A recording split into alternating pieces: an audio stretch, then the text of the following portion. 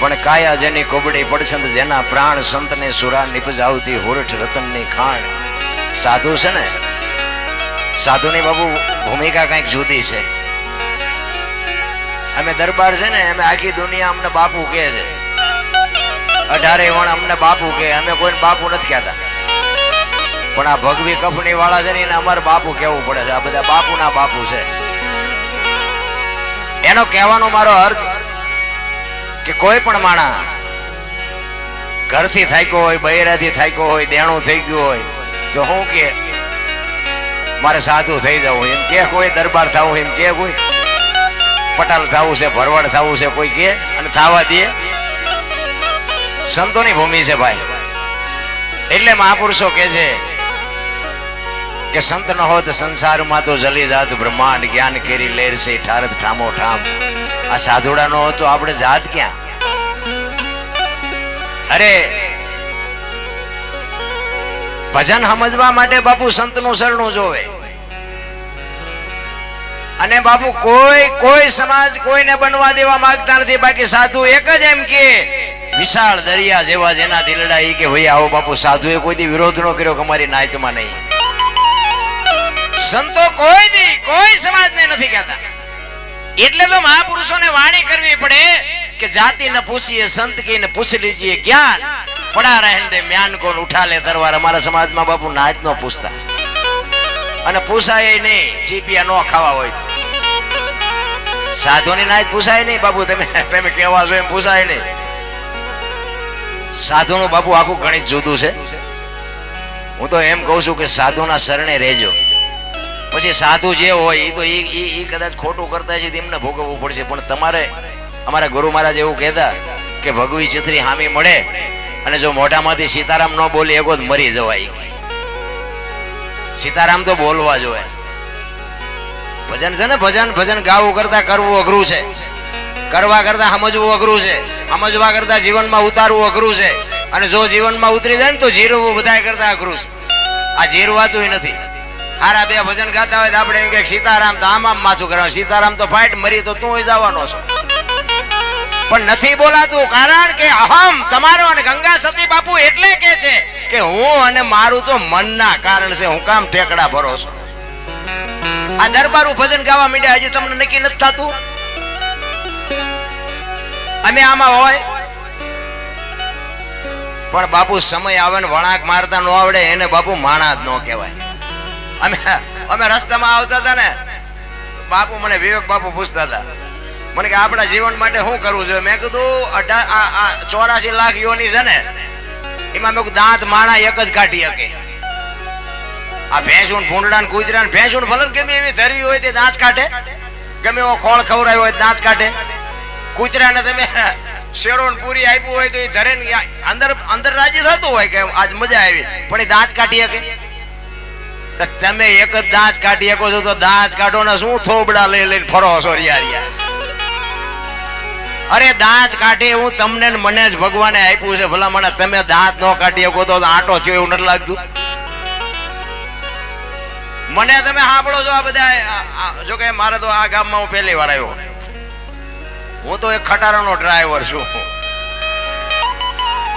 ખટારાનો driver તો ઓગણીની કોમ ન કહેવાય. પણ આ સાધુડાની સંતોની શું કૃપા છે રામ. ઈ હેઠા બેઠા છે ને અમને હજી નક્કી થાય તમને કઈ? આ નક્કી થાય એવું નથી.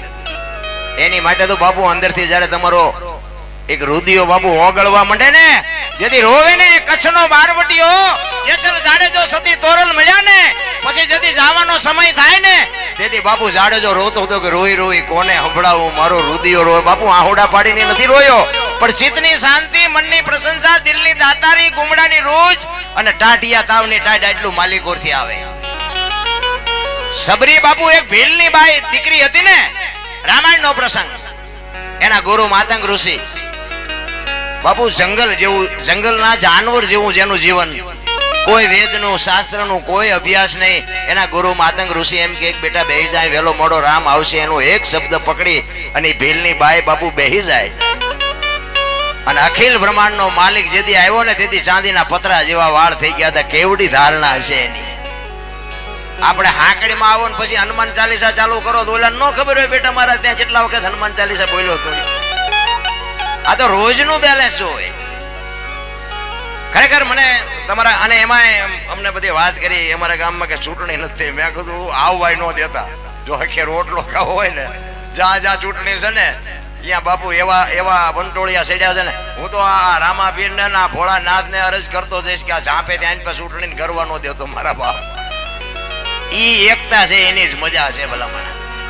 બાકી બાપુ છે ને ચૂંટણીઓ છે ને અને આ રાજકારણ અત્યારે રહ્યું ને રાજકારણમાં આપણે ઉતરવું નથી પણ રાજકારણ ને બાપુ ઝઘડા થાય ને એમાં જઈને મજા એક સમજી લેજો.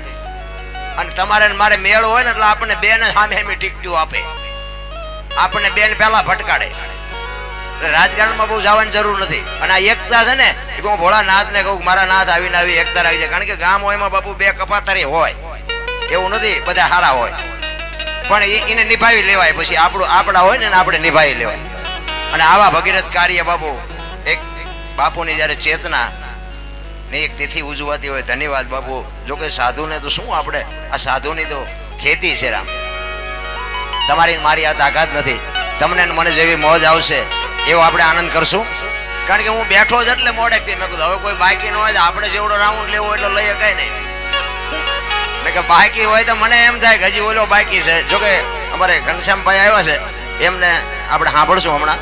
પણ મહાપુરુષો વાણીમાં બાપુ ઘણું બધું કહે છે અને આપણે તમારી જેવી મોજ હશે. હજી ધરતી કપ આવશે હમણાં તમ તારે એટલે બાબુ સંતો બાબુ વાણીમાં ઘણી બધી શાન કરી છે. અને વાણી બાબુ એમનામ સમજાય એવું નથી. એની માટે સમજવા માટે બાપુ સદગુરુ જોવે. અને હમણાં જ અમારે રાજારામ બાપુ અમે બહાર બેઠા હતા ને એ કે ગુરુ ગોતવા જે નહીં મળે ને 1 લાખ રૂપિયાની વાત હતી. કારણ કે જે ઓળખી ગયા છે ને એ ઓળખી તાને ઓળખી લેશે. આ એ 100%ની વાત છે. ગોતવા જઈએ તો બાપુ મેળ જ ચારે બાજુ ડેકોરેશન કરી કરીને ફરે છે. આપણે એમ થાય કે આ બાપુ કઈક મેળ પાડી દે આપણો. 100 મહિના પછી ખબર પડે કે આ શું ધંધા કરીને આવ્યા શું આપણો મેળ પાડી દે. પણ તમે બાપુ એક માર્ગી હશો ને તો બાપુ આંગળી પકડનારો ગમે ત્યાંથી મળી જાય. અને આમાં બાપુ ઊંચ નીચ ને અમીર ને ગરીબ ને સ્ત્રી ને પુરુષ ને એ કઈ આવતું જ નથી. એ બધું મટી જાય પછીની વાત છે. નકર મેં ધોકા પસાડવા સિવાય કઈ કર્યું જ નથી. તમે આ જે માનતા હોય જે અમારા ગામમાં જેટલી આબરૂ છે અહીંયા આવીને પૂછો તો ખબર પડે. તમે અહીંયા ગામમાં આવીને પૂછો ઓલા દરબાર ભજન ગાયના ઘરે જવું છે કે કોકને પૂછજો. કોઈ કહેતું નથી. અહીંયા બહાર કેમ જાય ને તો કે હાલો અમારે ઘરે પગલા પડાવવા છે એટલે ભાઈ અમારા પગલા પડાવીને શું કામ ઘરે જ આવી તો બહાર એમ કે બહાર ઉભા રહેજો પોતું કર્યું પગલા પડશે. આપણે એમ ખરું અમે જયારે ગોટે ચડે જાય મારું આ હાચું છે કે ઓલા બહાર ગામ કે છે એ સાચું છે.